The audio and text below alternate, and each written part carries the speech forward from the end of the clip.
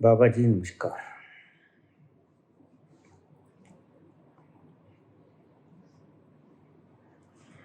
अल्फाज हुसैन, पाकिस्तान से। बाबा, आपने सब कुछ बताया। हम आपकी वीडियो को बड़े चाव से सुनते हैं यहाँ पाकिस्तान में।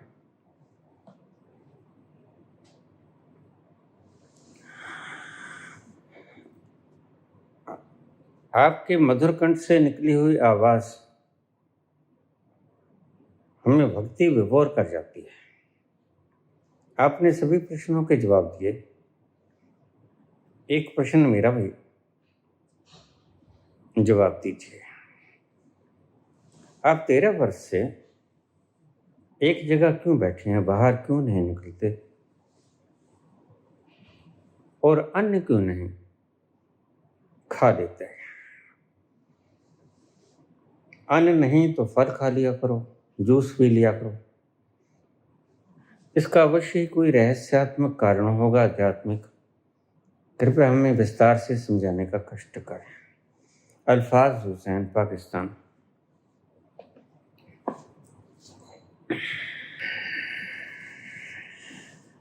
जिसने संसार की संगति की वो उलझ गया, और जिसने अपने अंतस की संगति की वह सुलझ गया। रहीम का एक दोहा।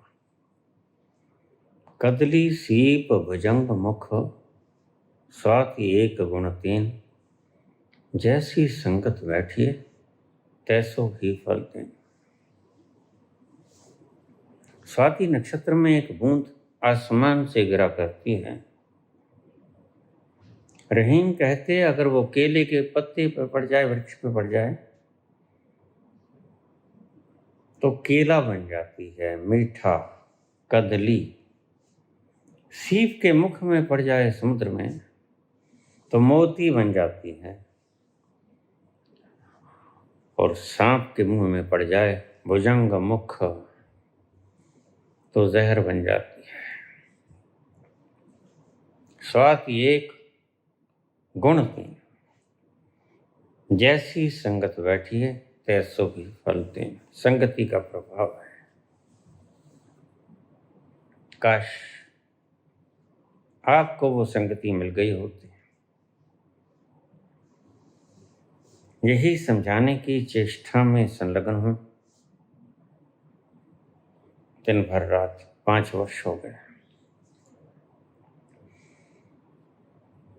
लोगों की संगति की, मित्रों की संगति की, प्रेमी प्रेमिकाओं की संगति की, पदार्थों की संगति की,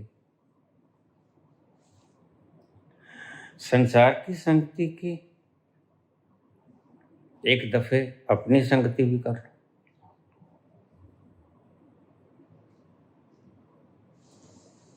अपने करीब भी आ जाओ। रहीम की तरह वैराग्य को बढ़ने दो।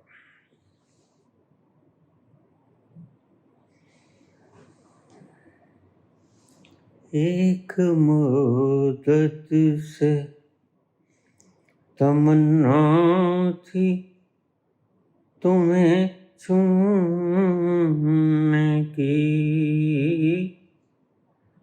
एक मुद्दत से तमन्ना थी तुम्हें छूने की, आज बस में नहीं जज्बात, करीब आजा। आज बस में नहीं जज्बात, करीब आजा। दूर रहकर ना करो बात, करीब आ जाओ। दूर रहकर न करो बात, करीब आ जाओ। याद रह जाएगी ये रात, करीब आ जाओ।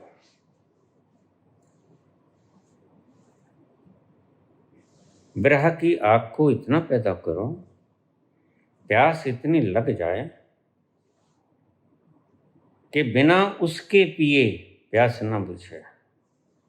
तुमने चेष्टा की पदार्थों से बुझ जाए ये प्यास, भोगों से बुझ जाए ये प्यास।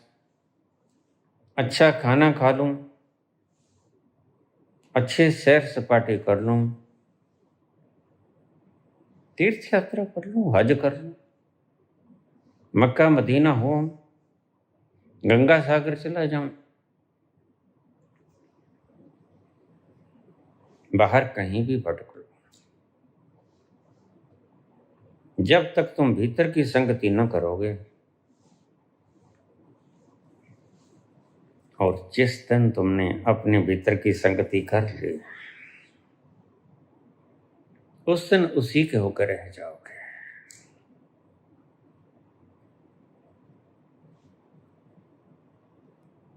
कबीर कहते हैं, भक्तों नाचो, वह बरस रहा है।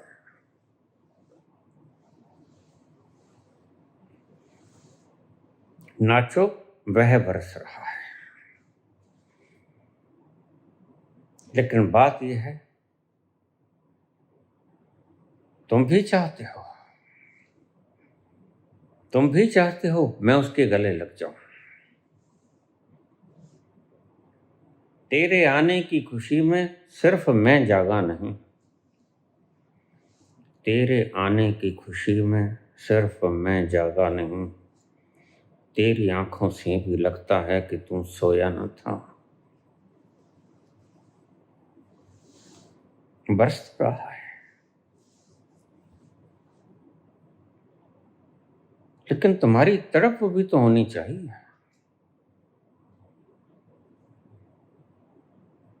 तड़प का पैदा होना अनिवार्य है। आग दोनों तरफ लगे, एक तरफा आग कोई आग नहीं, मात्र खिंचाव होता है। सर्द झोंकों से भड़कते हैं बदन में शोले, सर्द झोंकों से भड़कते हैं बदन में शोले,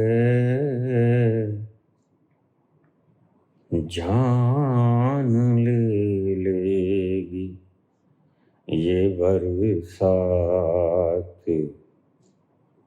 करीब आ जाओ। जान ले लेगी ये बरसात, करीब आ जाओ। दूर रहकर ना करो बात, करीब आ जाओ। सर्द झोंकों से भड़कते हैं बदन में शोले, जान ले लेगी यह बरसात, करीब आ जाओ। वो तो बरस रहा है। कबीर कहते हैं, सारे संत कहते हैं, वह बरस रहा है, हर पल बरस रहा है। लेकिन तुम में पीने की जिज्ञासा कब उतरेगी? सवाल तो यही है।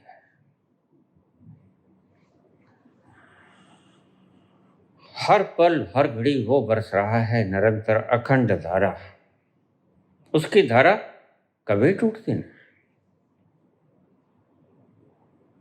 बात तो तुम पीना कब चाहोगे, इस पर निर्भर करती है।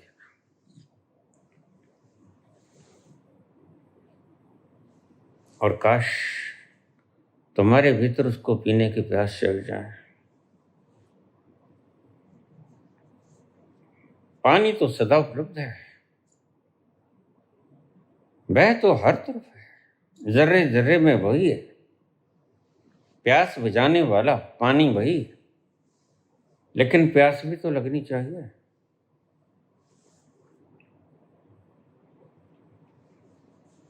सारा दरमदार तुम पर है,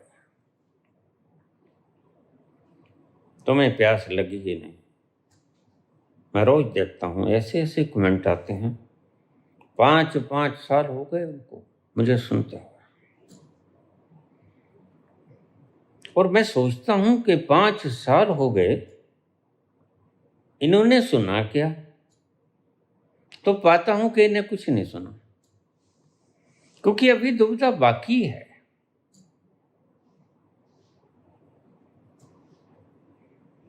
तुम्हारी मान्यताएं, तुम्हारी चिपकाहटें, कोई कहीं चिपटा बैठा, कोई कहीं चिपटा बैठा, यही तो तुम्हें मुक्त नहीं होने देता। फिर तुम कहती हो हम बंधन में हैं बाबा, चिपटे खुद हुए हो। अभी एक मेरा शिष्य था, 5 साल से मुझे सुन रहा था, ओशो के बारे में आपने ऐसा क्यों बोल दिया? मैंने कहा वहां जाओ जहां तुम्हारी चिपकाहटें मिट जाएं, और मैंने उसे ब्लॉक कर दिया। बस मेरे पास कोई ऑप्शन है। तुम्हारे प्रश्न, तुम्हारी टिक्का टिप्पणियां तुम्हारी प्यास की खबर नहीं देती, फिर मेरे बोलने का कोई अभिप्राय भी नहीं रह जाता। मेरे बोलने का अभिप्राय तो ही है, अगर तुम प्यासी भी हो, अगर तुम्हारे भीतर पानी पीने की कामना भी जगे, ऐसे रेगिस्तान में भटकते हुए जब तुम्हारा रोआ रोआ पानी पानी पुकारे, तब मैं उतरूं और उसे पियो तो तुम निहाल हो जाओ।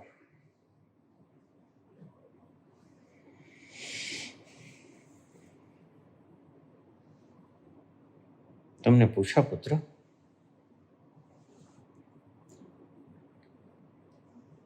तुम बाहर क्यों नहीं निकलते 12-13 वर्षों से? भोजन क्यों नहीं खाते? अन्न क्यों नहीं खाते? भोजन तो मैं करता हूं।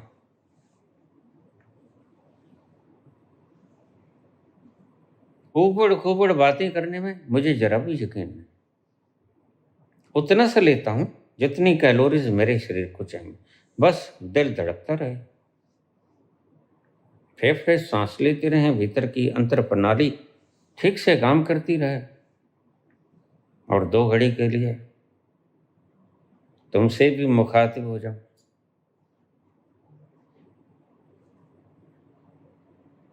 तुम भी मेरे पास आ गए, तेरा वक्त गुजर जाता है, 2 घड़ी के लिए गम जाने किधर जाता है,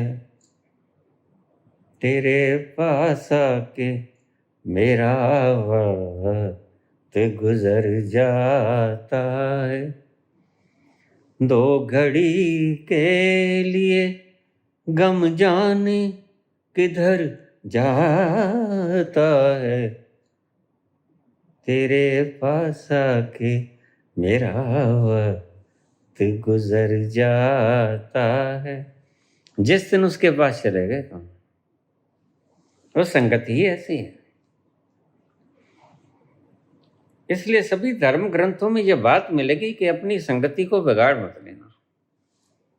बस उनके कहने का अर्थ यही था, सत्य संगति में बैठना, जो सत्य है, जो असत्य है उसकी संगति मत कर लेना।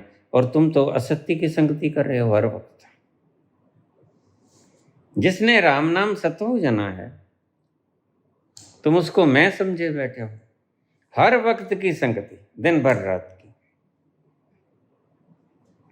और इसी गलत संगत के कारण ऐसी भद्दी टिक्का टिप्पणियां आती हैं,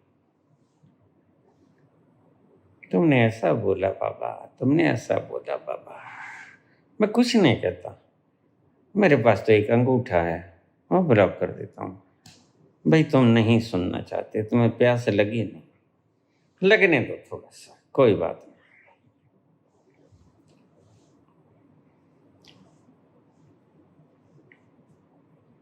इतनी जल्दी भी क्या है, गिरते पड़ते एक दिन पहुंच ही जाओगे, क्योंकि वो तुम्हारा आंतरिक मुकाम है जो तुमने कभी खोया नहीं। इतनी जल्दी भी मत करो।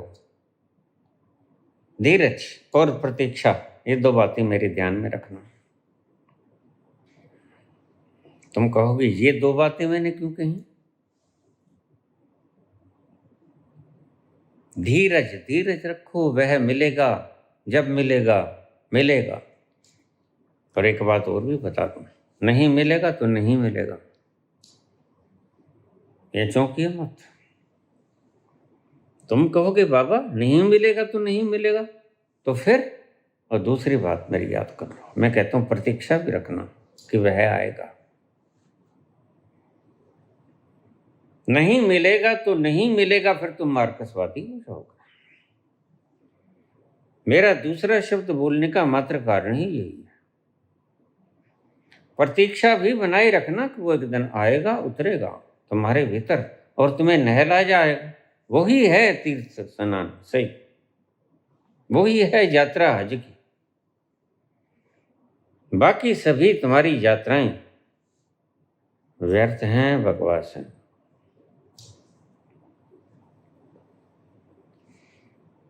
ऐसी यात्राओं पे कभी मत जाना।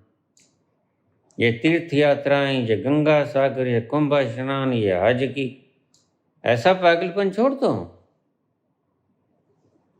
हज तुम्हारे भीतर, तीर्थ तुम्हारे भीतर, स्नान तुम्हारे भीतर। बाहर के स्नान से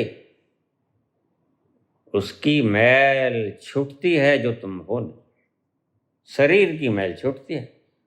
नहा तो तुम रोज लेते हो, 3 बार नहा लेते हो तुम, ये कर्मकांडी ब्राह्मण 3 बार नहा लेते हैं, लेकिन मैल छूटती है भीतर की। कबीरा मन निर्मल भयो जू गंगा को नीर, ऐसा होता है मन। तो फिर स्नान करने का फायदा क्या हुआ? उस तीर्थ में स्नान कर लो जहां एक डुबकी लगाई, बस जरा गर्दन झुकाई, देख ले दिल के आईने में थी तस्वीर यार। उस यार की तस्वीर तुम्हारे दिल के आईने में सदा से है। बरस तो गया है, इतना अप्राप्य नहीं है, सदा मौजूद है और सदैव प्राप्त है। बस तुम उतरने की कामना पैदा करो। इसे ही विरह कहती है मीरा, इसे ही आग कहती है विरहा।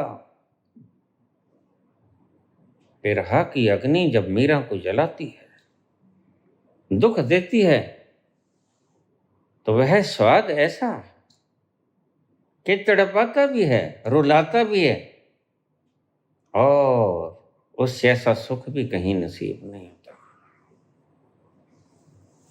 ये कुछ दर्द ही ऐसा है जिसमें बहुत सी बूंदें आनंद की है, बस ये आनंद का स्वाद छूटा नहीं जाता। तो मीरा कहती है मैं क्या करूं, घूंघट उगड़ गया तो मैं क्या करूं, प्रीत हो गई तो मैं क्या करूं। जियो मैं ऐसा जानती,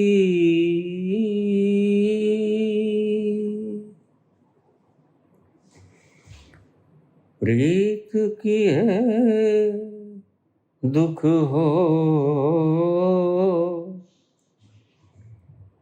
नगर ढिंढोरा बीटती,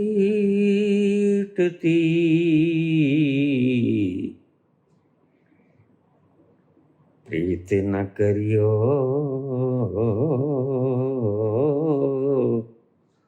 को, जो मैं ऐसा जानती प्रीत किए दुख होए, नगर ढिंढोरा बीटती, प्रीत न करियो कोई। और खुद कहाँ छोड़ पाती है ये बात बोल के भी मीरा खुद प्रीत को कहाँ छोड़ पाती है, क्योंकि इस प्रीत के बिरहा की आग में एक आनंद का रस भी है, वो नहीं छोड़ा जाता। वो तो शीश ले लो लेकिन आनंद का रस दे दो। लाख चिल्लाए मीरा नगर ढिंढोरा पीटती, प्रीत न करियो कोई, लेकिन खुद प्रीत से बाहर नहीं आ पाती। क्या है ऐसा जो प्रीत से बाहर नहीं आने देता? वही रस, वही स्वाद जिसे मैं आनंद कहता हूं। काश तुमने उसकी एक बूंद चख ली होती। बोला ही चला जाता हूं, बोला ही चला जाऊंगा।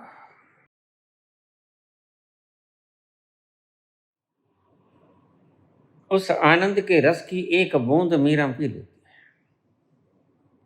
फिर लाख विरह की अग्नि उसे जलाए लेकिन उस आग से बाहर नहीं हो पाते, क्यों जानती है कि ये आग जिसको भस्म करेगी वो मेरा अहंकार होगा, व्यर्थ जल जाएगा,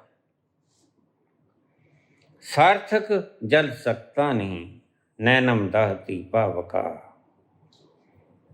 व्यर्थ जल जाता है, सार्थक जल सकता ही नहीं। यही तो कृष्ण कहते हैं।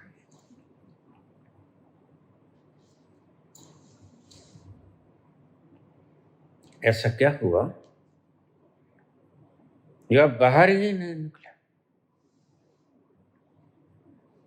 देखिए ये तो बाबा की आज्ञा है। 35 वर्ष तक अपने भीतर ही घूम रहा, पीता रहा, पीता रहा, और मुझे पता ना था बाबा आके मुझे कह देंगे उठो भाई। क्या हुआ बाबा? उठो तुम्हारी जरूरत है, उठो तुम्हारे 4 अल्फाज, अल्फाज हुसैन तुम्हें कहता हूं, उठो तुम्हारे 4 अल्फाजों की आज जरूरत है। आज पिपासु भटक रहे हैं इन 4 अल्फाजों के लिए। तुम कहते हो जब आप विरह की गीत गाते हो तो आंखों से झरझर आंसू बहने लगते हैं। बिल्कुल ठीक कहते हो पुत्र।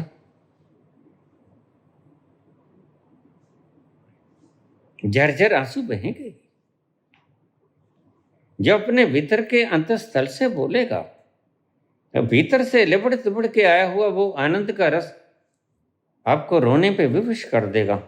वो रोओगे किस लिए? किसी दुख के कारण नहीं रोओगे, बिरहा के कारण रोओगे, जैसे मीरा रोती है और नाचती भी है। देखिए मजे की बात, आंखें रो रही हैं, अश्क बहा रही हैं,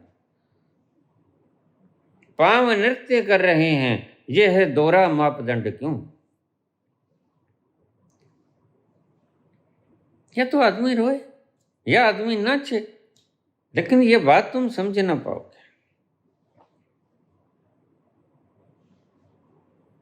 मीरा रोती है इसलिए रोती है, आवन कह गए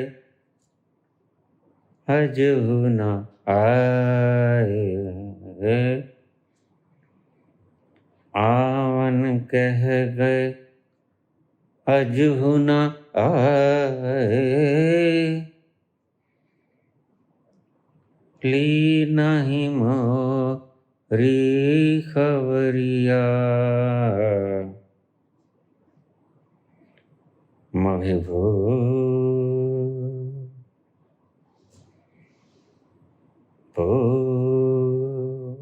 गए सांवरिया,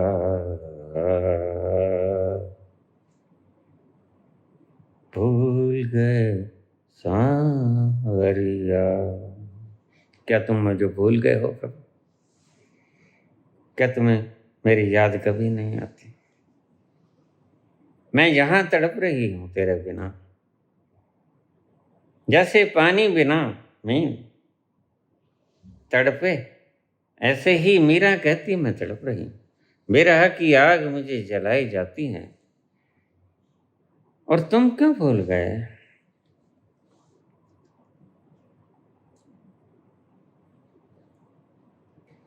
मैंने तुम्हें बहुत बार कहा है, कल भी कहा, एक बार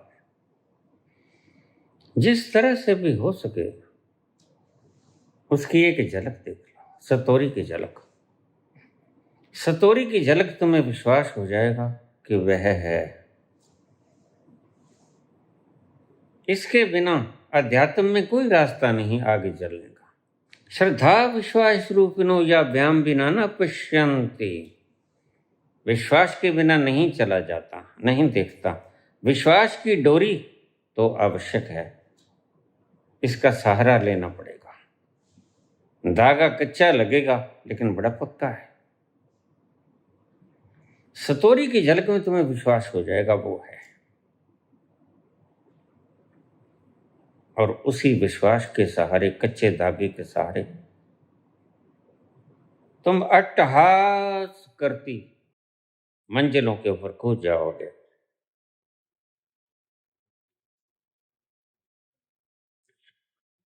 मुझे किसी ने कल पूछा था एक प्रश्न, वो भी साथ लेते चले, कि भक्त के लिए सबसे मुश्किल वक्त कौन सा होता है? Difficult time, crucial time. सतोरी से समाधि तक का रास्ता सबसे मुश्किल रास्ता है।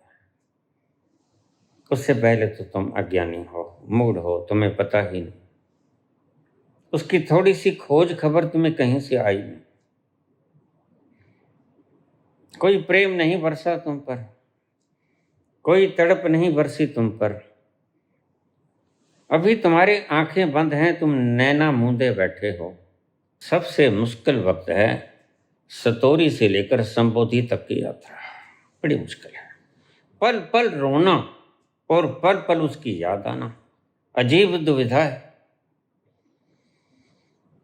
दिल को दिए क्यों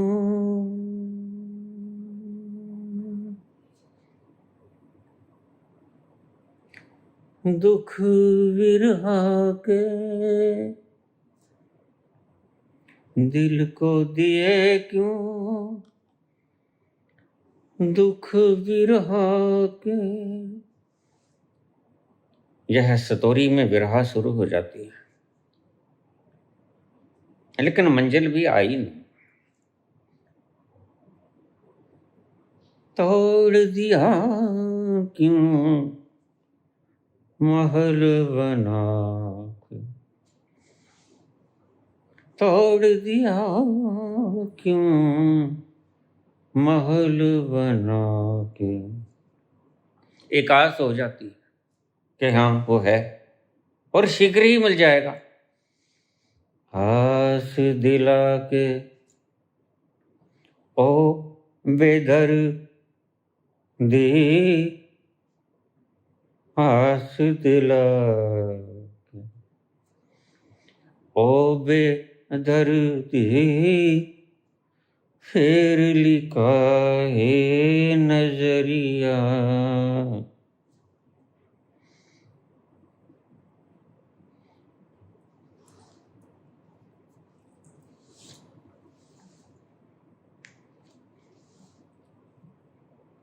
आस दिला के ओ बेदर दी, फिर लिखा है नजरिया।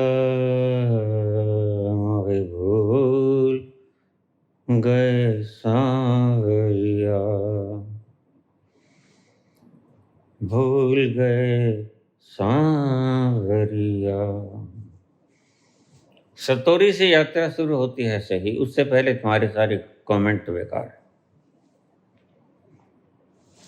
काश तुम्हें सतोरी का अनुभव हो जाए। इसलिए मैं रोज कहता हूं, कुछ भी करो, कुछ भी करो, सतोरी की उस झलक को देख लो, तुम्हें विश्वास हो जाए कि कोई अदृश्य शक्ति है, उसके बिना तुम न चल पाओगे। तुलसीदास का ये शब्द बड़ा कीमती है। श्रद्धा विश्वास रूपिणो या व्याम बिना ना पश्यंत। बस यही एक धागा है, लगता कच्चा है लेकिन बड़ा पक्का है, स्टील से भी ज्यादा पक्का है। इसके सहारे तुम अट्टहास करती हुई मंजिलों को छू लोगे, कूद जाओगे तुम। और अगर ये ना मिला तो फिर और सारे जगत की चीजें तुम इकट्ठी कर लो, उपाधियां तुम पालो, गौरव तुम इकट्ठा कर लो, श्रेय तुम ले लो, सब तुम्हारा हो जाए संसार में जो भी कुछ है, सब्र न मिलेगा, संतोष न मिलेगा, तृप्ति न मिलेगी। और जिससे तृप्ति ही नहीं मिले वो भटकता ही रहा। जब आवे संतोष धन, सब धन दूर समान। फिर छोड़ दोगे। ये जो लोग भरा भराया घर छोड़ के चले जाते हैं, बुद्ध जैसे, महावीर जैसे, ये पागल नहीं है, बहुत समझदार हो गए हैं। कहीं किसी कोने में, ब्रह्मरंध्र के किसी कोने में परमात्मा ने समझ बख्शी है, उतार दी ऊपर से, और चुपचाप आधी रात्रि को भाग गए, घर से भाग गए। एक कोई चोर उचक्के थे, कोई अपराध किया था इन्होंने, सब छोड़ छाड़ के भागे जो तुम पाना चाहते हो, जिसके लिए भिक्षा पत्र उठाए हो, जिसके लिए बेईमानी करते हो, झूठ बोलते हो, कफर तोलते हो सुबह से शाम तक। ये देखो चैनल वाले क्या कुछ बोलते हैं, जो देखा नहीं वो बोलते हैं। तुम पिछले जन्म में कौन थे, यह दंड तुम्हें क्या मिला, क्यों मिला, किस पाप का परिणाम है, इनको खुद नहीं पता। लेकिन क्या करें, ये पापी पेट का सवाल है। बिल्कुल, भाई इसे भी तो पालना है, महंगाई का जमाना है।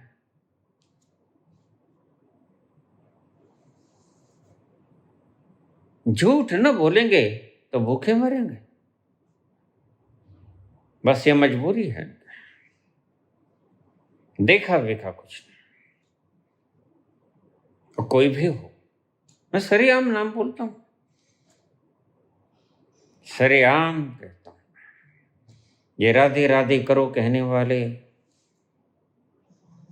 ये आचार्य लोग जो आपके सब प्रश्नों का जवाब देते हैं, इनका खुद का समाधान भी हुआ नहीं। कौन है ये, इन्हें नहीं मालूम। काश इन्हें पता लग गया होता तो तुमने पूछा, पुत्र तुम 14 वर्ष से निकले क्यों नहीं बाहर। ये भी किसी कोने में बैठ कर आराम फरमा रहे, उस रस को पी रहे होते, उसमें डूब रहे होते, अटखेलियां कर रहे होते।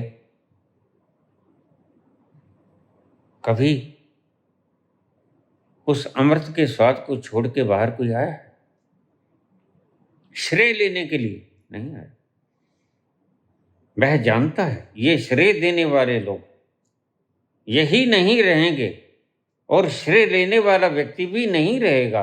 जब कुछ भी नहीं रहेगा, ना श्रेय लेने वाला ना श्रेय देने वाला, तो फिर बचेगा क्या? फिर श्रेय लेने का अर्थ क्या है? यहां मुझे 4 वाक्य याद आ जाते हैं। जब कर्ज लेने वाला और कर्ज देने वाला दोनों ही भस्म भूतस्य देहस्य पुनर्आगमनम कुतः, ये श्रेय लेने वाले और श्रेय देने वाले दोनों में से कोई भी नहीं बचेगा, तो फिर तुम श्रेय लेके करोगे क्या? भस्मभूतस्य देहस्य पुनरागमनम कुतः। जब कोई आता ही नहीं, जिसने कर्ज दिया, जिसने कर्ज लिया, दोनों ही खाक हो जाते हैं, वसम हो जाते हैं, फिर किसने ऋण लिया, किसने ऋण दिया? दोनों ही तो खत्म हो गए, भस्म हो गए, गंगा जी में प्रवाहित हो गए। सबसे मुश्किल यात्रा है सतोरी। वहां से उड़ीक शुरू होती है, इंतजार शुरू होता है, प्रतीक्षा वहां से शुरू होती है। अब मैं दो शब्द क्यों बोले, धैर्य और प्रतीक्षा। शुरू होता है इंतजार, पहले पहले धैर्य नहीं आता। सतोरी की झलक देखने के फौरन बाद प्रतीक्षा शुरू होती है। पहले प्रतीक्षा शुरू होती है, कब आओगे, कब आओगे। प्यारे हमारे आंखों के तारे, आओगे कब हमारे पास। राजस्थान गीत।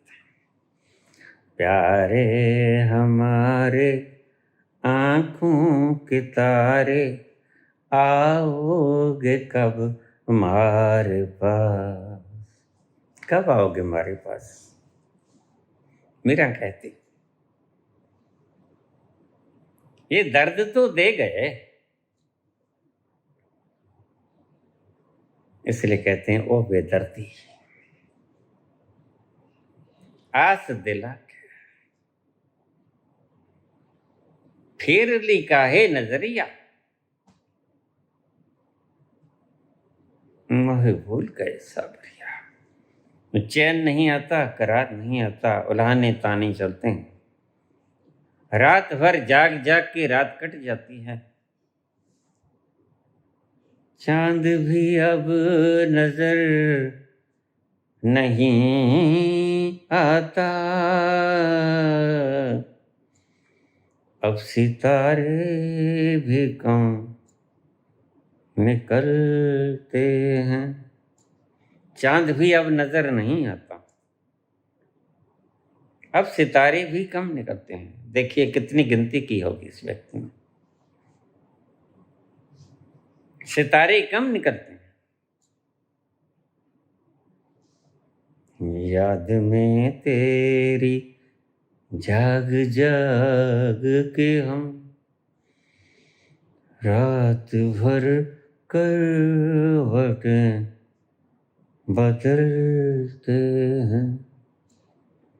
हर घड़ी दिल में तेरी उल्फत के धीमे धीमे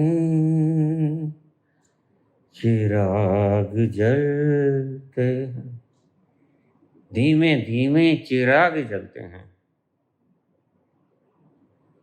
हर घड़ी दिल में तेरी उल्फत के धीमे धीमे चिराग जलते हैं। ऐसी अवस्था होती है सतोरी के बाद, लेकिन सतोरी से पहले। इसलिए मैं तुम्हें कहती हूं कि कमेंट करने से पहले थोड़ा सा अपने भीतर अपनी अवस्था को देख लो। कितने मूढ़ हो तुम, कितने अज्ञानी हो तुम, तुम्हें तुम्हारी अवस्था पे तरस नहीं आता।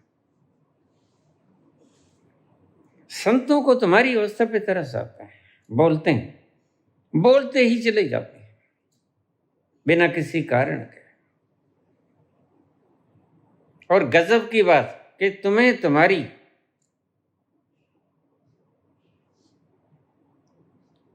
इस सिचुएशन पे तरस नहीं आता। न तुम्हारी आंखें छलछलाती हैं, न तुम्हारा हृदय दुखता है, न टीस उठती है हृदय में। तुमने कुछ खो दिया इसका भाव भी तो नहीं होता है। तुम कुछ पालूं इसकी जिज्ञासा भी तो नहीं होती है। ये सतोरी से पहले की अवस्थाएं हैं पुत्र।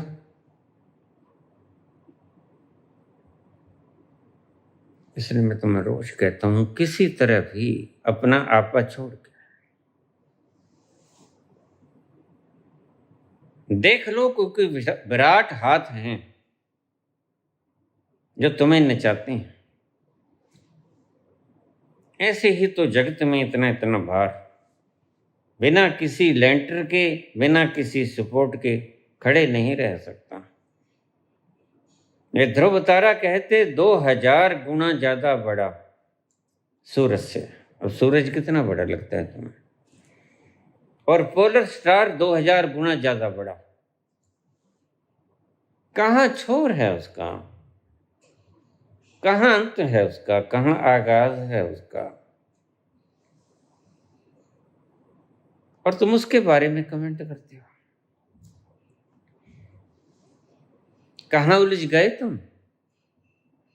सो रहे हो, जाग रहे हो, ना सोते हो ना जागे हो, तुम मूर्छित हो। थोड़ा थोड़ा होश भी है तुम्हें, और थोड़ा थोड़ा तुम सो भी रहे हो। ये बीच की अवस्था बड़ी दुखदाई होती है। तुम उसको भी पाना चाहते हो जो सदा से है, खिंचाव है उसका, और तुम इसको भी छोड़ना नहीं चाहते जो कंकड़ पत्थर इकट्ठे कर लिए हैं संसार में। मेरे पास लोग आ जाते हैं, बाबा 30 साल हो गए नाम लेते, कैसे छोड़ दूं? मैंने कहा मत छोड़ो। कौन कहता है छोड़ दो? मैं तो नहीं कहा तुम्हें छोड़ो, मैं कहता हूं इससे मिलता नहीं, जपे जाओ। छोड़ने को नहीं मैं कहता हूं। राधे राधे जपते हो, 5 नाम जपते हो, 1000 नाम जपते हो, जपते रहो। मैं नहीं कहता छोड़ दो, मैं कहता हूं मिलेगा नहीं। छोड़ोगे तो तुम जब उब जाओगे। ये मैं कभी नहीं कहूंगा छोड़ दो, ये जरूर कहूंगा कि मिलेगा नहीं। और जपो, थोड़ा सा तेजी से जपो। मैराथन की दौड़ लगानी चले हो, थोड़ा और तेज दौड़ो, जल्दी थक जाओ। चरखड़ी को, माल की चरखड़ी को और घुमा दो तेजी से, रम रम रम रम रम रम रम रम रम, जल्दी थक जाओगे, एनर्जी लेसनेस हो जाओगे। थोड़ा जल्दी।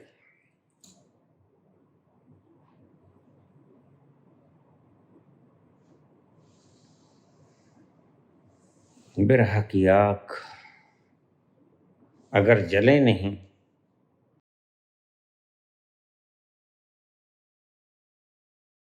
तो तुम्हारे भीतर परिवर्तन भी कैसे होगा? बिरहा की आग जलना जरूरी है, तभी तो पानी उबलेगा। ये आग ही तो उबालेगी पानी को, और वह आग चरम पे पहुंचनी चाहिए 100 डिग्री पे।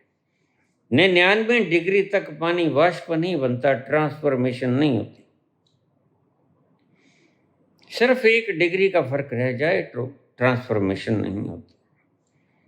बस 1 डिग्री और वह जो तरल था कल तक, आज एवेपोरेट हो गया, वाष्प बन गया और उड़ गया आसमान में, मेघों के साथ कलोल कर रहा है।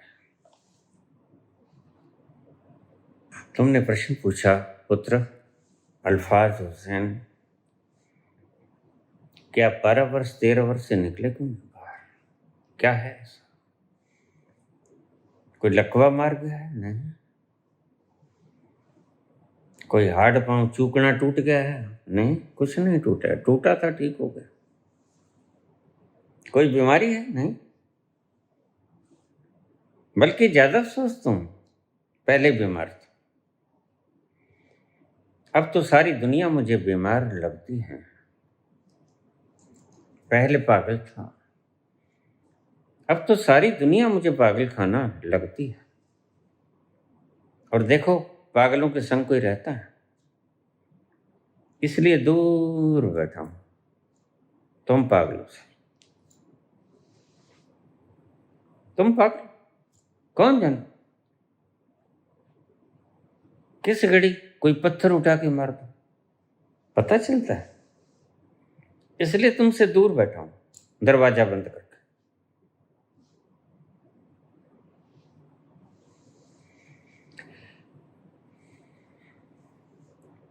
जब से उसका दीदार हुआ, उस परम प्यारे का दीदार हुआ, फिर कहीं और जाने का मन ही नहीं हुआ। जो सुख छज्जू दे चुबारे, न बल्ख न बुखारे। तुम्हारी बाहर की किसी भी शान शौकत में वो सुख कहाँ है?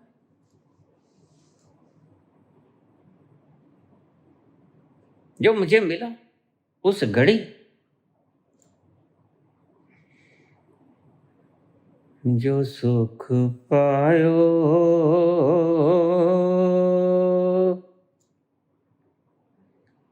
राम भजन में, जो सुख पायो राम भजन में,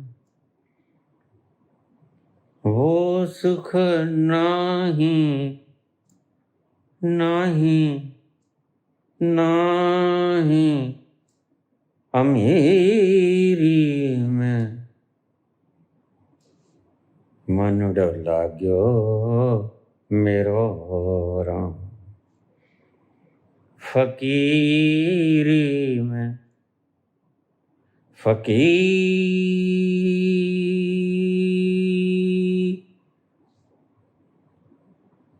में मन लाग्यो मेरो राम। जब फकीरी में मन लग जाता है, उस अस्तित्व की संगत मिल जाती है, तो वहां जो आनंद है उसे छोड़ने का मन नहीं करता। यह है वास्तविकता, इसे अंडरलाइन करना।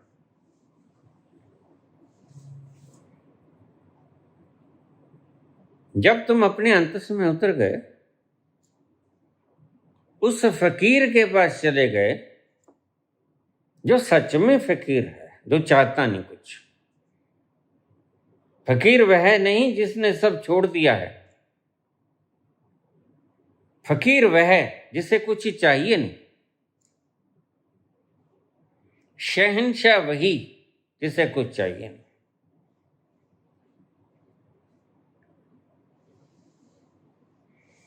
चाह गई चिंता मिटी, चाह गई चिंता मिटी, मनुआ बेपरवाह, मनुआ बेपरवाह।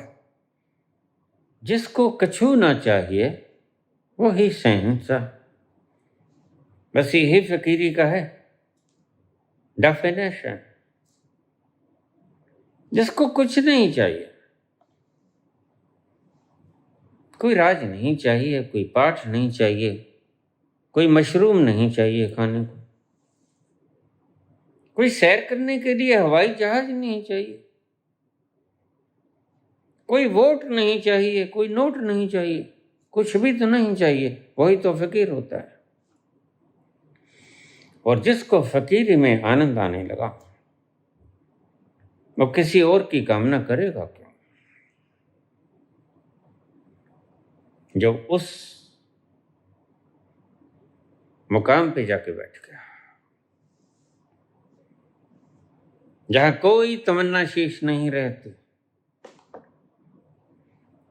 जद पालिया पेद कलंदर दा, बूहा खुल गया अपने अंदर दा। जद पालिया पेद कलंदर दा, बूहा खुल गया अपने अंदर दा। सुखवासी हाँ, सुखवासी हाँ, सुखवासी हाँ, उस मंदर दा जिथे चढ़ दिए, जिथे चढ़ दिए ना लैंदी है, जिथे चढ़ दिए ना लैंदी है।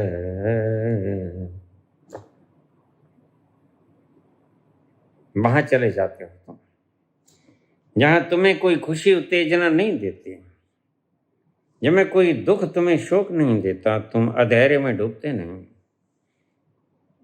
जहां जाके तुम कुछ खो नहीं सकते और पाने को कुछ है नहीं, कुछ भी तुम्हारे लिए अप्राप्य नहीं रहता। कृष्ण कहते मैं वो हूं जिसको कोई भी तो कमी नहीं है और मुझे कुछ भी अप्राप्य नहीं है और मुझे कोई भी कमी नहीं है। उस स्तर पे जब व्यक्ति पहुंच जाता है वह हो जाता है फकीर और वही होता है सच्चा अमीर। ये बातें शब्दों में बड़ी विरोधाभासी लगेंगी, लेकिन सत्य में ये एक है। तो तुमने पूछा भीतर क्यों बैठा? क्योंकि उसकी संगति लग गई।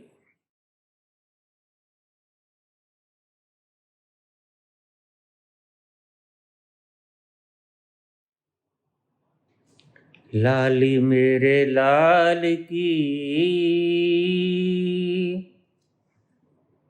जिस देखूं तितला,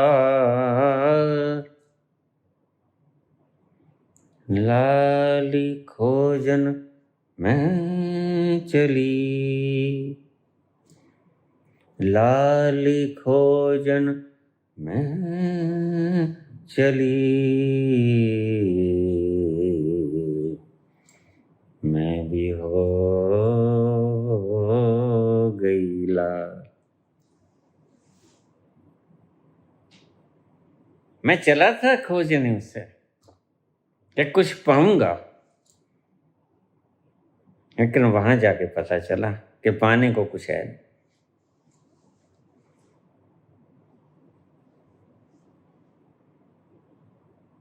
संसार में सब मेरा है। अहम ब्रह्मस्म, अनल हक, मैं ही तो हूं। क्या पाना है? कोई कमी थोड़ी। लेकिन पता चलता है वहां जाकर, और जिसे पता चल गया, जिसको कछु ना चाहिए वो ही शहंशाह, वो क्यों आडंबर करेगा? क्यों लोगों के सरे आम पंडाल में प्रश्नों के जवाब देगा? गहरे से देखोगे तो इसमें एक वासना पाओगे। ऊपर ऊपर से देखने में जैसे समुद्र के ऊपरी तहों में हीरे मोती जवाहरात मिलते नहीं, हीरे मोती जवाहरातों को खोजने के लिए उसकी तह में जाना होता है।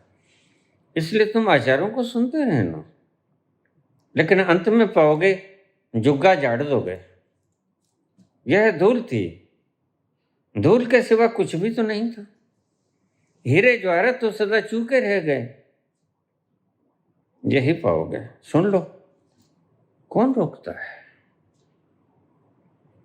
हजार आचार्य बैठे हैं, हजार सर लोग बैठे हैं, और प्रत्येक व्यक्ति कहते हैं मुझे आज वो याद आई गुरु तेग बहादुर की समय की बात। सभी कहते हैं मैं गुरु, मैं गुरु, मैं गुरु। और अमृत तो बेचारा क्या करे? उसका तो जहाज बच गया, जान बच गई, माल बच गया। माखन शाह लुबाना, जहाज डोला, भयंकर तूफान आया समुद्र में, कपने लगा सब कुछ। पायलट भी हार गया। पायलट ने कहा हम गए, जहाज गया। इतना भीषण तूफान मैंने जिंदगी में कभी नहीं देखा।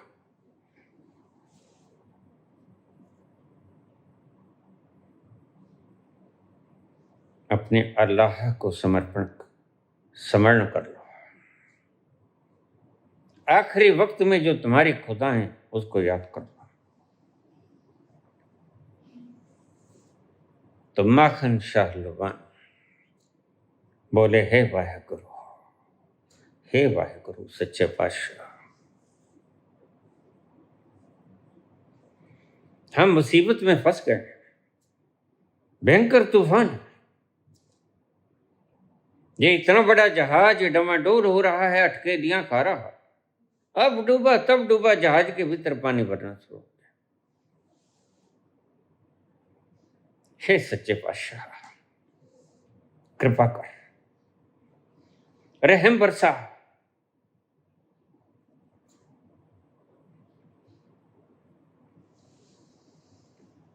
और बोल रहा है, मैं तुझे 100 अशरफियां भेंट करूंगा। देखिए, दान नहीं होता है, भेंट और दान में फर्क है। दान करके तुम अहंकार में आ जाते हो, भेंट करके तुम अहंकार में नहीं आते। ये बड़े मजे की बात है। इसलिए दान मत करना, डोनेट मत करना, need not to donate anything, उससे तुम्हारा अहंकार बढ़ जाएगा। भेंट करना, भेंट है स्वरूप। हम माता की भेंटें नहीं खाते, बस वैसे ही भेंट करते। भेंट देने से अहंकार मजबूत नहीं होता, बस भेंट चढ़ा दिया।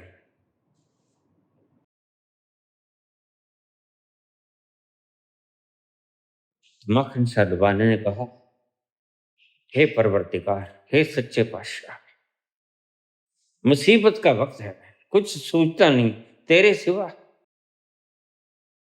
एक तू ही है निरंकार, तू कृपा कर, तू अपनी मेहर बरसा।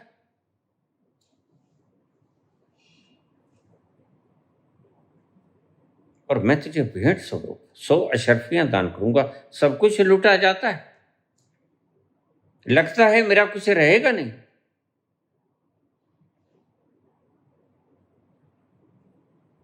इसलिए दान देने की तो हैसियत मुझ में है नहीं। 100 अशरफियां भेंट कर दूंगा तेरे चरणों में,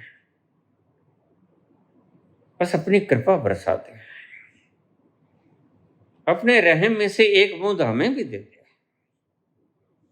हमारे ये जहाज थम जाए, ये तूफान, और हम सुरक्षित अपने स्थान पर पहुंच जाए।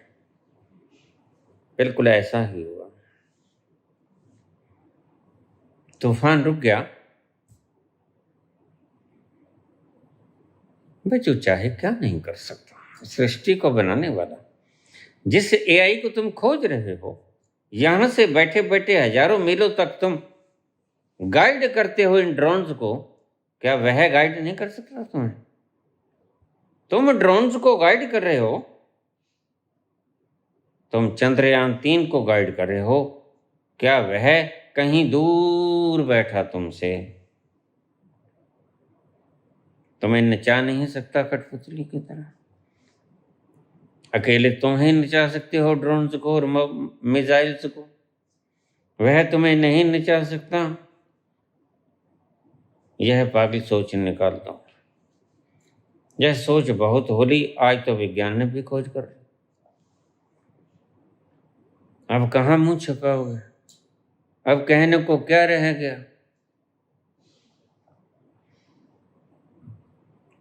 थम गया तूफान, किनारे लग गया जहाज, और माखन शाह लुबाना अपना सारा सामान लेके उतर गया। अब देखिए कि पहले, सबसे पहले गुरु को वंदन करूं जिसने बचाया। नवम गुरु गुरु तेग बहादुर जी थे, लेकिन पता नहीं था सच्चा संत अपने आप को डिक्लेयर कब होने देता है। मुझे अलेक्जेंडर पोप की कुछ शब्दियां याद होती हैं, पंक्तियां, बस वही संतों की पंक्तियां। Let me live unseen unknown and unlamented let me die, straight from the word and not a stone, tell where I lie. मुझे ऐसे जीने दो, अनसीन अननोन, मुझे कोई जाने ना, मुझे देखता हुए भी कोई पहचाने ना। And unlimited let me die, और मुझे ऐसे मरने दो जैसे कोई पता ही ना लगे कोई मर गया। स्टील फ्रॉम द वर्ल्ड, मैं ऐसे चुरा लिया जाऊं संसार से। नॉट ए स्टोन, कोई कब्रगाह के ऊपर लिखा हुआ शिला लेख ये ना बताए। टेल वेयर आई लाई, मैं कहां दफन। बड़ी प्यारी पंक्तियां शुरू से मेरे हृदय में समाती रहेंगे। इन पंक्तियों से मेरा कुछ अजीब रिश्ता है भीतर का। सच्चा गुरु कभी नहीं चाहता, वह छिपना चाहेगा, वह उघड़ना नहीं चाहेगा, वह मीडिया नहीं रखेगा। बस ये लक्षण है कुछ। सत्य के खोजियो इन लक्षणों को पहचान कर ही गुरु को खोजना, क्योंकि यहां जो आता है वो चला जाता है तथागत की तरह। तथागत भी चले गए, सब चले जाएंगे, और हम भी चले जाएंगे, और तुम भी चले जाओगे। कौन बचा? उसके सिवा जो सदा से है, आद सच जुगाद सच है भी सच, नानक होसी भी सच, वही रहेगा। बाकी कुछ नहीं रहेगा उसके सिवा, उसके सिवा कुछ नहीं रहेगा।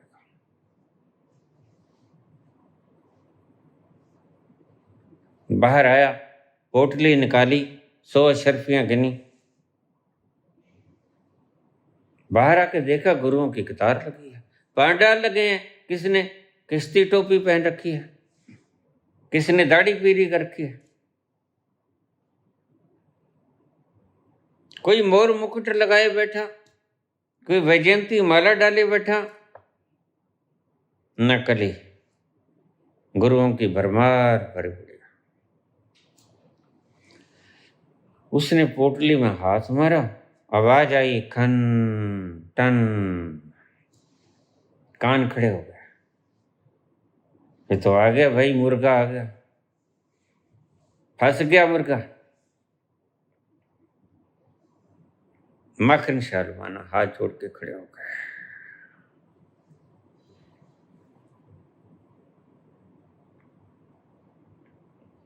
हे गुरुजी महाराज, मुझे बताइए नवम पातशाह कौन है? तो सभी शिष्य ये पाले होते हैं ना मीडिया वाले, ये कहते हैं ये बैठे देखो, दिखता नहीं त्रिपुंड सजाए, ये दाढ़ी पीली की है, ये जूड़ा जटाए, जटा जूट होवे, ये गुरु ही तो है।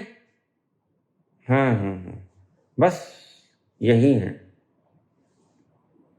देखा तो आगे भी गुरुओं की लंबी कतार लगी है, लंबी कतार। आज कुछ वक्त जल्दी ही बीत रहा है। माखन शालवाना ने देखा ये तो बहुत है, फिर कौन असली कौन नकली? मैं तो इतना प्रबुद्ध भी नहीं हूं, मैं तो अज्ञानी। अज्ञानी व्यक्ति को ज्ञानी की पहचान कैसे आएगी? तुम कहते हो गुरु बनाइए जान के, पानी पिए छान के।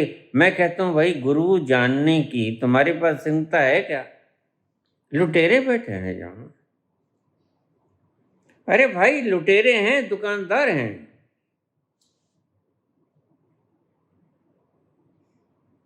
फिर क्या करें? माखन शालवाना ने कहा यह तो मुश्किल है, गुरु को मैं तो न पहचान पाऊंगा, कच्ची बुद्धि वाला मैं अज्ञानी, ज्ञानी को कैसे पहचान? जिसने इतने बड़े संकट से उबार लिया, इतना बड़ा जहाज और इतना भीषण तूफान रोक लिया, उसको मेरी क्षुद्र बुद्धि कैसे पहचानेगी? नहीं पहचान पाऊंगा।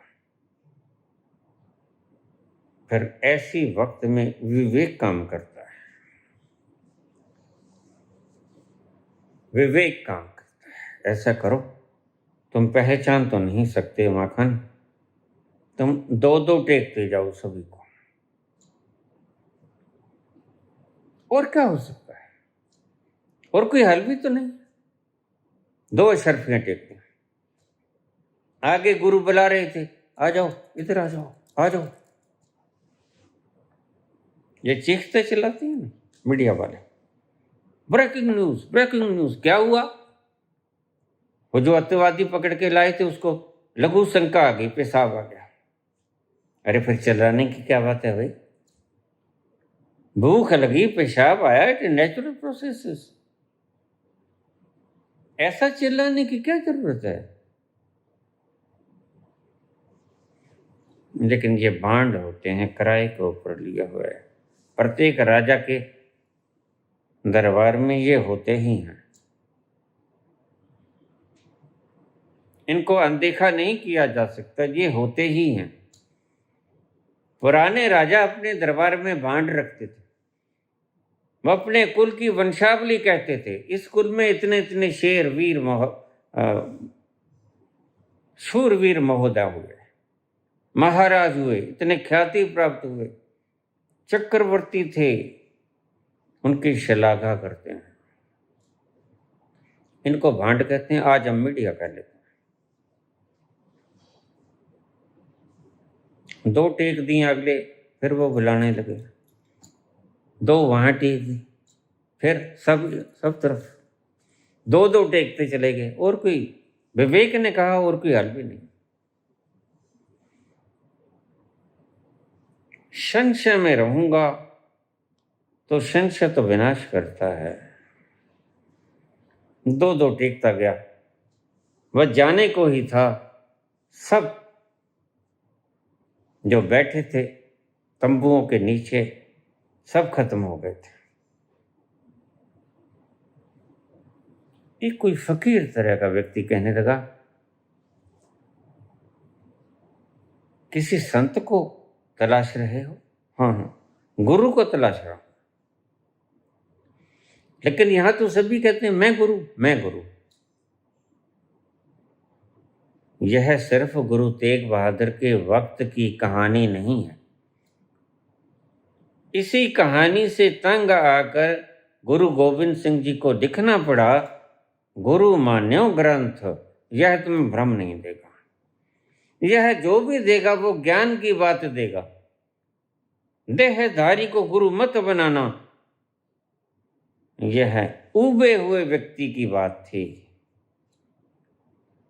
जिसने साक्षात अपनी आंखों से देख लिया इन नकली गुरुओं का तमाशा, सर्कस।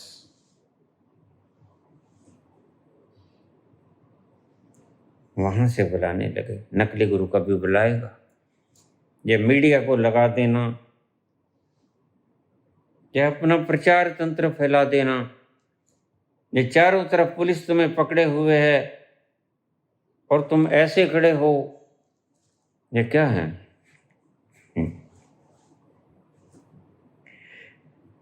ये अपना तुम प्रसार ही तो कर रहे हो, एडवर्टाइजमेंट तो है। किसी न किसी प्रोडक्ट की एडवर्टाइजमेंट है ये। कोई धन इकट्ठा कर लो, दुगना कर लो, 10 गुना कर लो, 50 गुना कर लो, और क्या होगा? तुम्हारे तो जो सिक्के हैं वही धन है। लेकिन मीरा के लिए ये धन नहीं, मीरा के लिए धन कुछ और है। पायो जी मैंने राम रतन, धन पायो जी मैंने राम रतन, धन पाय। वस्तु अमोलक दी मेरे सतगुरु, वस्तु अमोलक दी मेरे सतगुरु,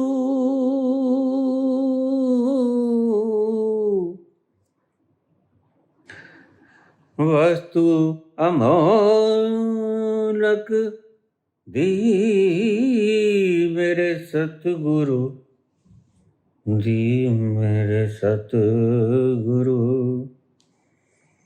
कृपा कर अपनायो, पायो जी मैंने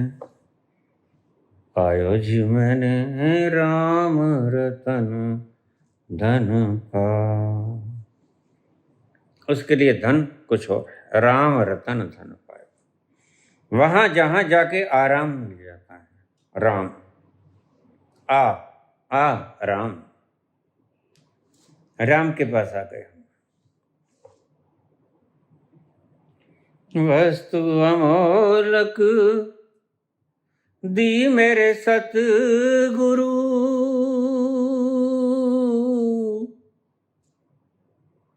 दी मेरे सतगुरु, दी मेरे सतगुरु, कृपा कर अपनायो, पायो जी मैंने राम रतन धन पा।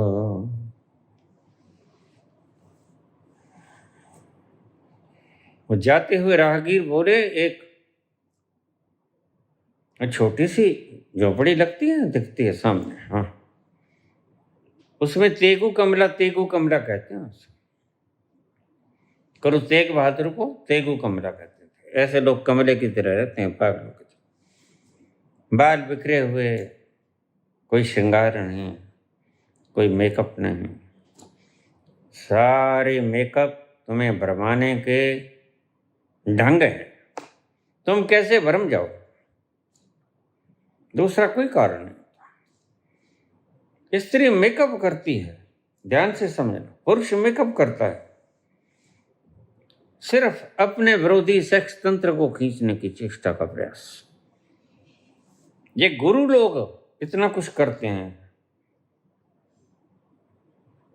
ग्राहकों को खींचने का प्रयास। इस बात को अंतस में ले जाना और इसे परीक्षा की कसौटी बना लेना, यह एक मापदंड है गुरु को परखने का। उसने कहा चलो उसके पास भी चलते हैं, थोड़ी बच गई हैं।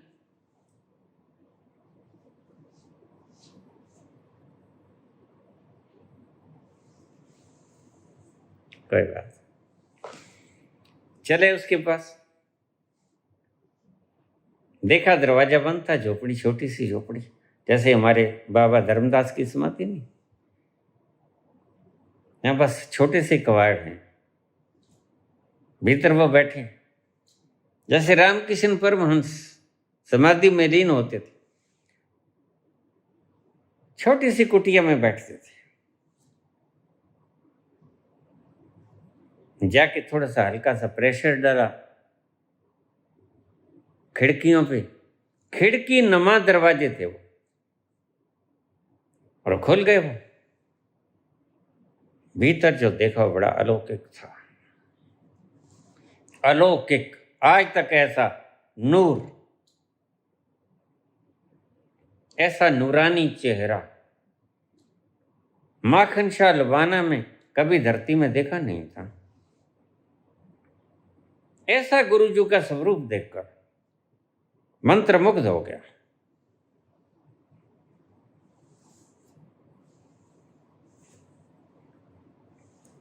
प्रवचन लंबा हो जाएगा, ध्यान रखना।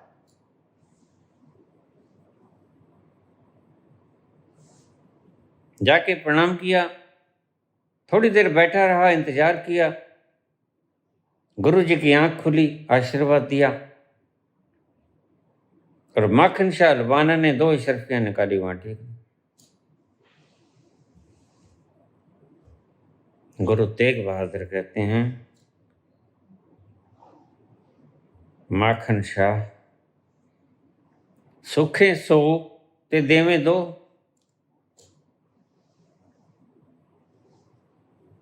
यह कोई उलाहना नहीं था, यह एक बताने का चेष्टा क्रम था कि गलत जगह पे टेकाए। आज पहली बार गुरु जी ने अपने मुख से ये प्रकट किया कि नवम गुरु में प्रथम बार माखन शाह डुबाना कैसे सुखे सो ते देवें दो।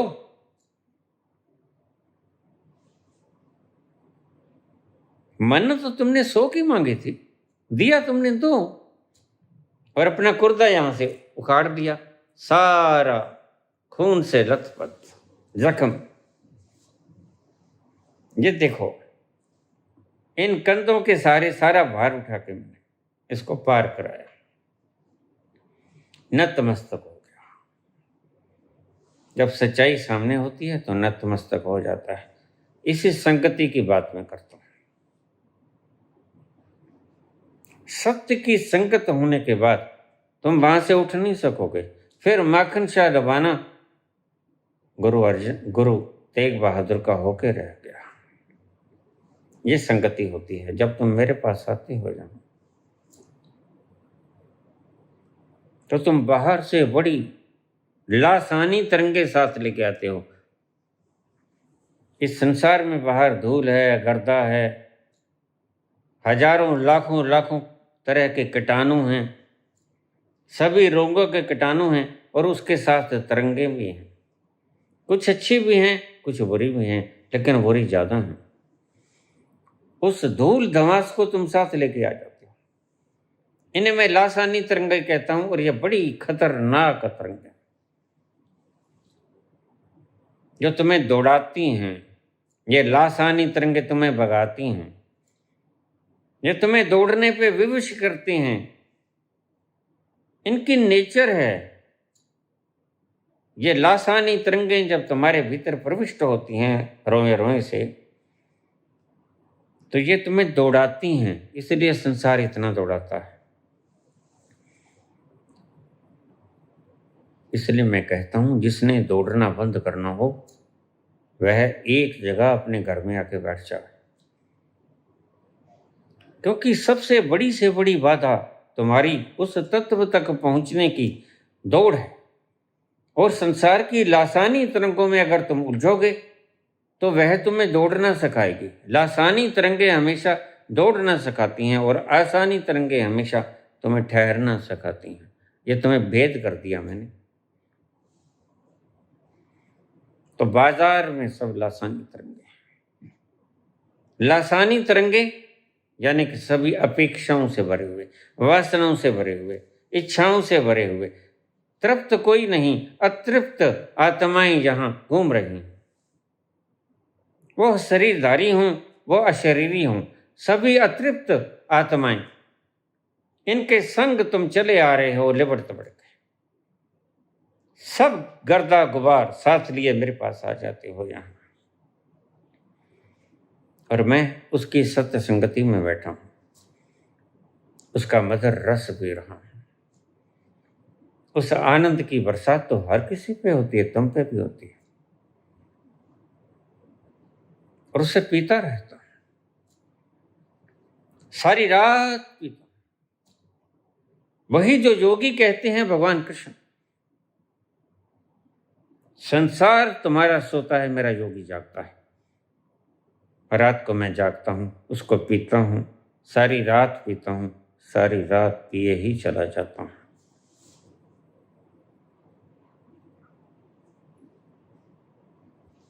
और इतना पीता हूं तो फिर जब जाग खुलती है तो 4 बजे तक मुझे होश नहीं। किसके कारण? सारी रात जो पी है, सारी रात इस अमृत को पीने के कारण, और मदहोशी का नशा, वो खुमारी का नशा, नाम खुमारी नान का चढ़ी रहे दिन रात, उसे लत-पत होता हूं। इसलिए 4 बजे से पहले जो मेरे पास आ जाता है, फोन करता है, मैं कई बार उठाता भी नहीं, और कई बार उठाता हूं और और तुम गुस्सा कर जाना, कर जाते हो। कभी मैं जवाब नहीं देता, होश में नहीं होता, मत होश, आनंद में हूं, मस्ती में हूं।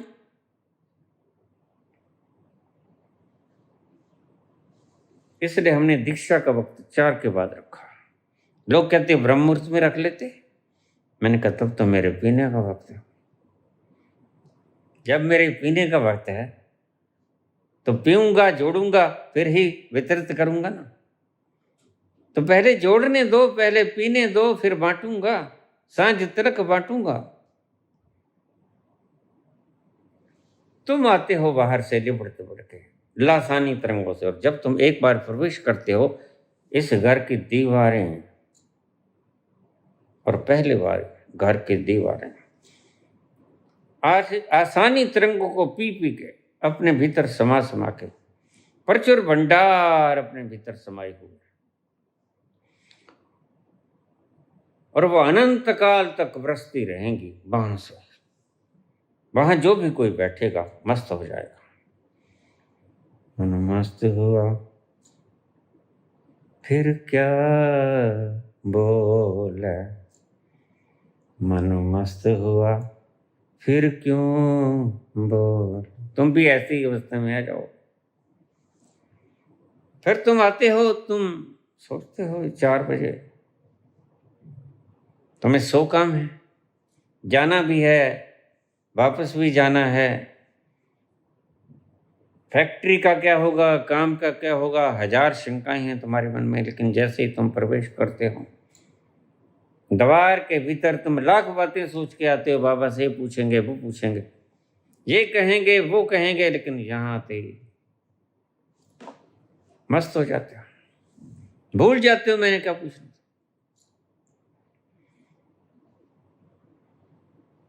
यह अचानक नहीं होता, अकारण नहीं होता, इसके पीछे कारण। वो तरंगे यहां बिखरी पड़ी हैं, उनको तुमने भी पी लिया, और पी लिया तो सब दुख दर्द तुम भूल गए एक बार भी। और जब तक तुम उसकी गिरफ्त में रहोगे तुम्हें याद नहीं आएगा। फिर तुम यहां आ गए,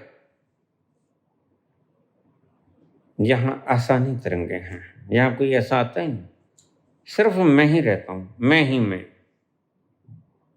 और अपने प्रारूप में, अनंत प्रारूप में, खुले हृदय से यहां आसीन मैं सदा ही रहता हूं।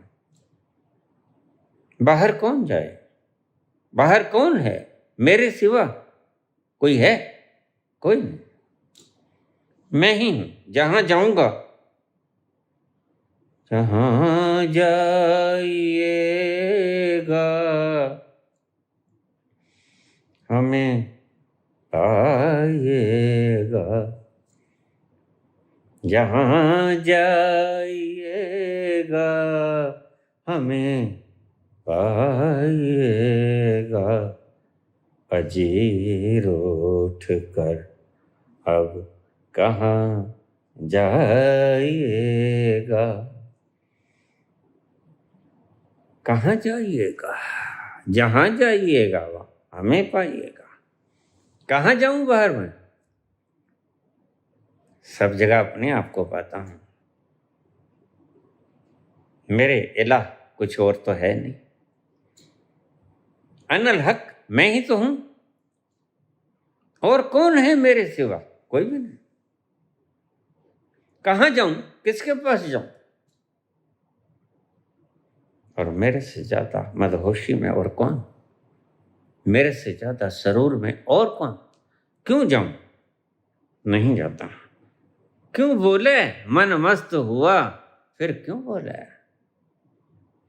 क्यों जाऊं, कहां जाऊं? जाने को कोई जगह नहीं। लेकिन तुम आते हो, जैसे ही दरवाजे के भीतर प्रवेश करते हो तो तुम भी झूमने लगते हो। वह हवाएं ही ऐसी नशीले होते हैं, उनका पैगाम दूर दूर तक जाता है और तुम्हें भी घेर लेती हैं अपने आगोश में। कोई भी आएगा उसकी जद में वह प्रभावित हुए बिना नहीं रहेगा। फिर तुम यहां आ जाते हो, माहौल बिल्कुल अलग है। बैठे रहते हो, दीक्षा ले लेते हो, फिर तुम सोचते हो कि बाबा जाने को मन नहीं करता। पहले मन करता था, निगाहें मिलाने को जी चाहता, निगाहें मिलाने को जी चाहता है, निगाहें मिलाने को जी चाहता। एक बार वहां जाऊं, देखूं क्या है। कोई इतना शोर शराबा है, कोई इतनी गहमा गहमी, जाके देखें तो। यहां जाते हो, लेकिन यहाँ के सुरूर भरे माहौल में से निकलना नहीं चाहते। आके न जाने को जी चाहता है,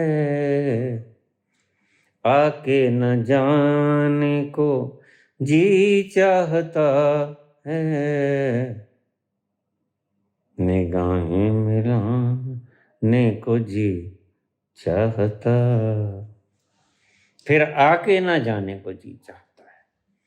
जहां बैठ जाऊं बाबा, थोड़ी देर बैठ जाऊं, बस यही तुम्हें सिखाता हूं मैं। जिस मकाम पे मैं चला जाता हूं, यहां से कुछ सीख के जाओ, तुम्हारे भीतर बिल्कुल वही मुकाम है, बिल्कुल वही, और तुम इस मकाम पे आ सकते हो। यहां से अगर जाओ तो ये सीख के जाओ कि हम भी उसी मकाम पे पहुंच सकते हैं, क्योंकि वो सबके भीतर है। ऐसे घट में पीवन हो रखे जाने। जो अज्ञानी होता है वो जानता नहीं, लेकिन यहां से सीख के जाना कि तुम्हारे भीतर भी वो है। जहां भी जाओ वहां जाकर तुम कोशिश करना कि तुम अपने अंतस्थल में पहुंच जाओ, जैसे मैं बैठा हूं। फिर बाहर जाने को जी नहीं करेगा, फिर कुछ भोगने को, कुछ विषय वासनाएं विकार कुछ बाकी नहीं रहेगा, क्योंकि यहां माहौल है ठहर जाने का। आसानी तरंगे ठहराती हैं। अब इन बातों को निचोड़ के रूप में बोल रहा हूं, तुम समझने का प्रयास करना। लासानी तरंगे, संसार में तुम क्यों भाग रहे थे? क्योंकि लासानी तरंगे दौड़ाती हैं और आसानी तरंगे ठहराती हैं। और ये आसानी तरंगे तुम्हें तुम्हारे भीतर से सहज ही उपलब्ध हो जाएंगी। जरा भीतर उतरो तो उस तल पे उतरोगे तो तुम्हें कोई हाथ पकड़ के उस जगह पे नहीं लेके जाएगा। अपने अंतस में तुम स्वयं उतरोगे। रास्ता गुरु से ले लो, मार्गदर्शक है गुरु।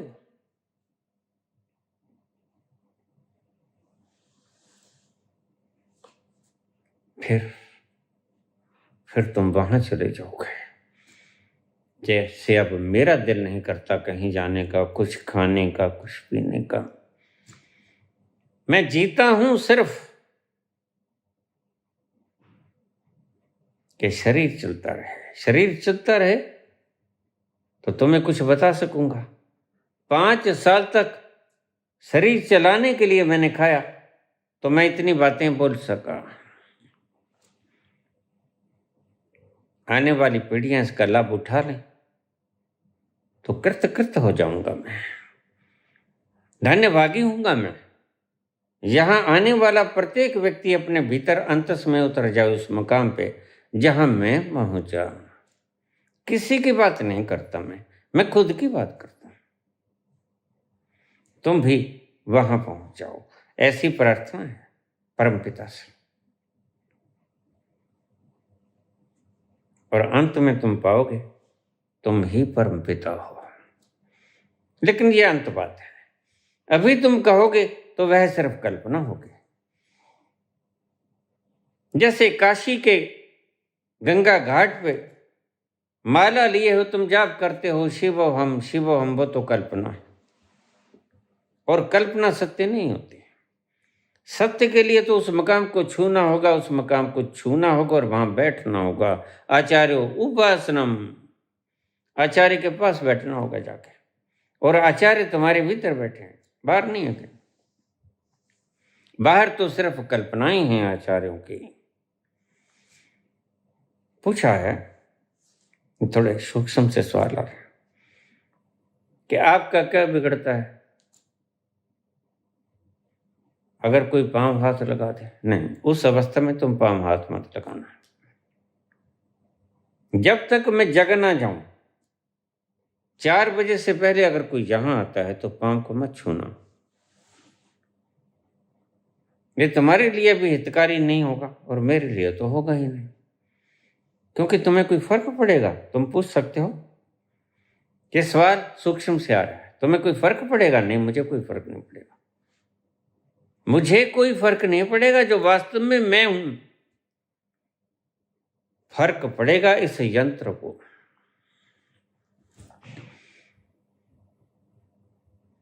इस जुगाड़ खाने को फर्क पड़ेगा। इस सारे यंत्र को, उपकरण को फर्क पड़ेगा अगर तुम उस अवस्था में मुझे टच कर दोगे तो मुश्किल हो जाएगा। तुम भी अज्ञात से आके बाहर से आए और पैरों के हाथ लगाया। देखिए ये 20 पैर हैं, 10 और 10 पांव के। यहां से चेतना झरती है हर वक्त, यहीं से झरती है, रोम रोम से भी झरती है, लेकिन सबसे ज्यादा इन 20 पैरों से सबसे ज्यादा ऊर्जा और चेतना निकलती है संत की। इसलिए संतों के हमने चरण स्पर्श किया, क्योंकि उनके जो चरणों के उंगलियों के पोर थे वहीं से बृहद शक्ति बाहर निकलती है, और संतों ने अपने ये पोर आपके सिर पर रखे। सर्कल पूरा हुआ, वर्तन पूरा हुआ। तुमने पांव के पोर छुए और संत ने अपने हाथों के पोर तुम्हारे सचखंड पे रखे, सहस्रार पे रखे, ब्रह्मरंत्र पे रखे। सर्कल पूरा हुआ। यही था पांव हाथ लगाने का महत्व, और यही था आशीर्वाद देने का महत्व, सिर पे हाथ रखने का महत्व, जो विवेकानंद के सिर के ऊपर स्वामी रामकृष्ण परमहंस ने हाथ रखा था। अगर तुम 4 बजे से पहले आ जाते हो तो ये गलती मत करना, उससे नुकसान होगा, मेरा भी होगा, मेरा यानी यंत्र का। मैं तो वो तत्व हूं, नैनम छिदंती शस्त्राणि नैनम दहति पावका, न चैनम क्लेदन्त्यापो न शोषयति मारुताः। लेकिन मैं यंत्र नहीं हूं, ये ध्यान रखना। ये यंत्र विनाश का भक्ष है, एक दिन मिट जाएगा। इसको फर्क पड़ेगा, और अभी इससे काम लेना है।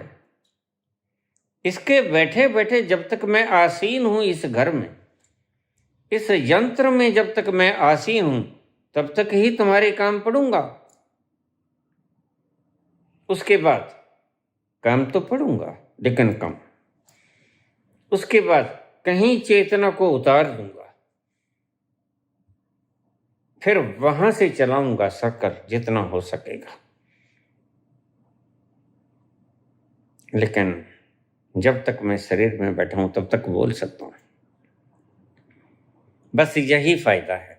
और जब मैं शरीर से बाहर हो जाऊंगा तब सारी चेतना तो बिल्कुल यही होगी, ऊर्जा भी यही होगी, कॉन्शियसनेस भी यही होगी, लेकिन बोल ना पाऊंगा, यंत्र नहीं होगा, यंत्र गया। इसलिए इस यंत्र को संभालने की पूरी चेष्टा तुम भी करना और मैं भी करता हूं। और जब मैं बुला लूं कि ठीक आ जाओ, तब मैं सारे जो मैंने ढंग आजमाने हैं वो मैं सारा कुछ करके बैठता हूं। तुम फिर पांव को हाथ लगाते हो, कोई बात नहीं। फिर तुम्हें आशीर्वाद भी मिलेगा, फिर तुम्हें दीक्षा भी मिलेगी, सब मिलेगा। लेकिन अचानक आके ऐसे पांव के हाथ मत लगाना, गड़बड़ हो जाएगी। अब समझाती, तुम्हें बाहर से आते हो लासानी तरंगों को लेके, यहाँ आसानी तरंगे, यहाँ आके तुम्हें खुशी महसूस होती है, यहाँ पर आके जाने को दिल नहीं करता। इसका कारण समझा गया, क्योंकि आसानी तरंगे तुम्हें ठहराती हैं और तुम ठहरना चाहते हो। तुम दौड़ना नहीं चाहते, दौड़ दौड़ कर थक गए हो, कितने जन्मों से दौड़ ही तो रहे हो। बहुत जन्म बीते मेरे माथाओ, ये जन्म तुम्हारे लेखे,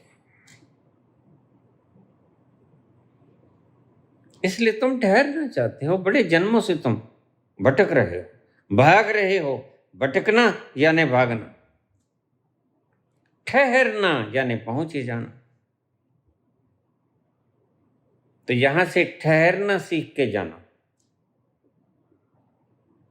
थोड़े से वक्त के लिए आए हो, एक चीज संग लेके जाना, क्या? ठहरना।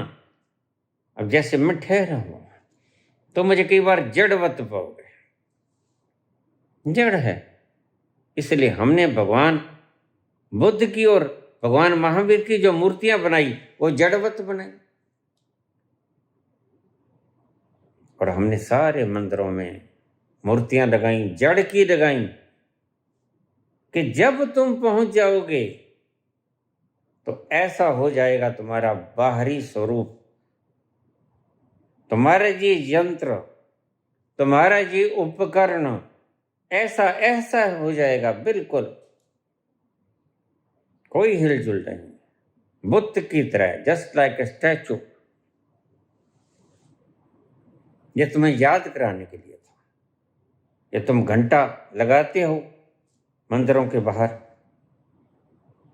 ये पहली आवाज में घंटे की आएगी, भीतर जाओगे तो बाजे नाद अनेक असंख्य, बड़े तरह के नाद फिर आएंगे।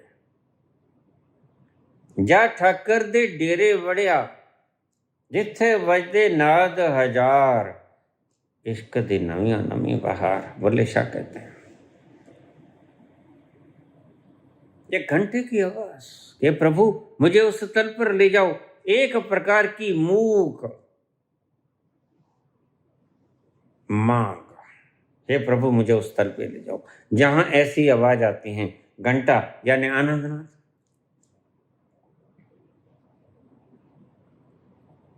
फिर और भी बहुत तरह की आवाजें आती हैं। ये सारे बाहर के सिंबॉलिक का रिप्रेजेंटेशन, एब्रीविएशन थे जो भीतर घट रहे हैं, उनका बाहर विश्वास दिलाने के लिए, याद दिलाने के लिए, just to remember what is happening inside you. तो सब भीतर जो घट रहा है वो याद कराने के लिए बाहर हमने प्रतीकात्मक चिन्ह बना दिए। तुम यहां आते हो, आसानी तरंगों में ठहर जाते हो, जाने को मन नहीं करता। ऐसे ही तुम घर बैठे हुए इन तरंगों को पैदा कर सकते हो। यहां से जाओ, ताश भी तो खेलते हो, कम्यून में बैठते हो, वहां 500,000 लोगों के बीच में बैठते हो, प्रत्येक के शरीर के रोम रोम लासानी तरंगे उगलते हैं, और तुम सबकी तरंगों को पी के आ जाते हो। सिर भारी हो जाता है, चैन नहीं आता, तुम्हें पता ही नहीं चलते ये कूड़ा कबाड़ा मैं कहाँ से लेके आ गया। ये सिनेमा हॉल में गए थे भाई, वहां से लेके आ गए। ये बाजार में गए थे, वहां से लेके आ गए। मुझे 13 वर्ष हो गए, मैं बाजार में गया नहीं। लासानी तरंगों से बहुत दूर सिर्फ एक ही प्रकार की तरंगे जो मुझे मस्त रखते हैं। और जब कभी 10-15 मिनट 5 मिनट के लिए मैं कहीं जाना पड़ता है, बीमार हो गया तो हॉस्पिटल में डॉक्टर के पास जाना पड़ता है। शरीर है, इस यंत्र के लिए दवा भी चाहिए, इसको भोजन भी चाहिए। तो वहां बाहर की तरंगे देखकर मैं घबरा जाता हूं। हे भगवान, कहाँ था मैं भी, याद आती हैं पुरानी।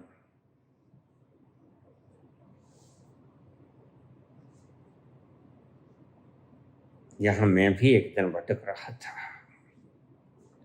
इन गलियों कूचों में, धूल धमासों में मैं भी खेला और इन्हीं को जीवन माना, जबकि जीवन तो यही है जो मैं आज जी रहा हूं। तो यहां तुम आते हो,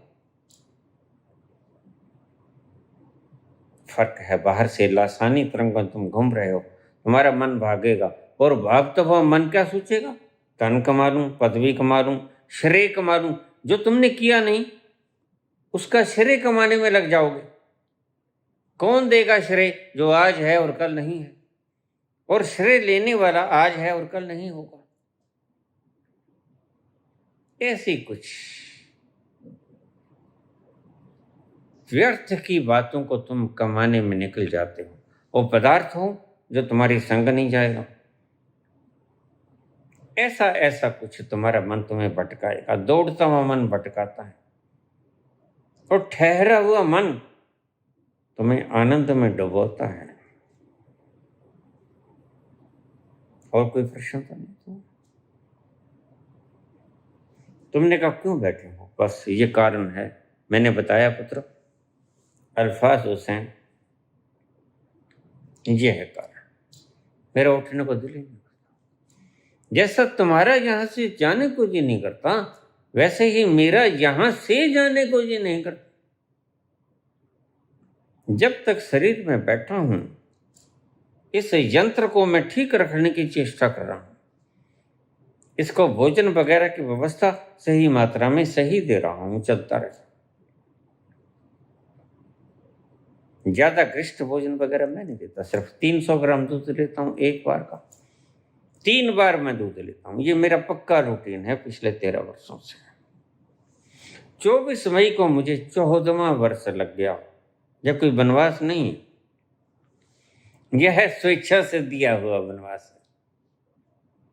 बस जैसे वन में बैठता ना आदमी, ऐसे ही मुझे वनवास का आनंद आता है। और मैं समझ पाता हूं भगवान ने वनवास के दिन कैसे गुजारे होंगे, बड़े प्यारे गुजारे होंगे। इसलिए वो खुश हुए जब वनवास की उन्हें हुक्म हुई, तो बड़े प्रसन्न हुए भीतर से। तुमने पुत्र पूछा, मैंने तुम्हें प्रश्न का जवाब दे दिया। और किसी का कोई प्रश्न हो, वीडियो तो लंबी हो चुकी है, थोड़ी सी और 5-4 मिनट बोल दूंगा, कोई फर्क नहीं पड़ता। हरे कृष्णा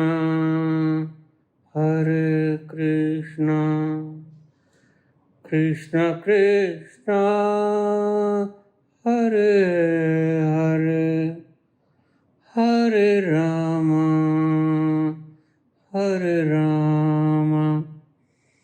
राम राम हरे हरे, हरे कृष्णा हरे कृष्णा, कृष्ण कृष्णा हरे हरे, हरे राम हरे राम, हरे हरे, हरे कृष्णा।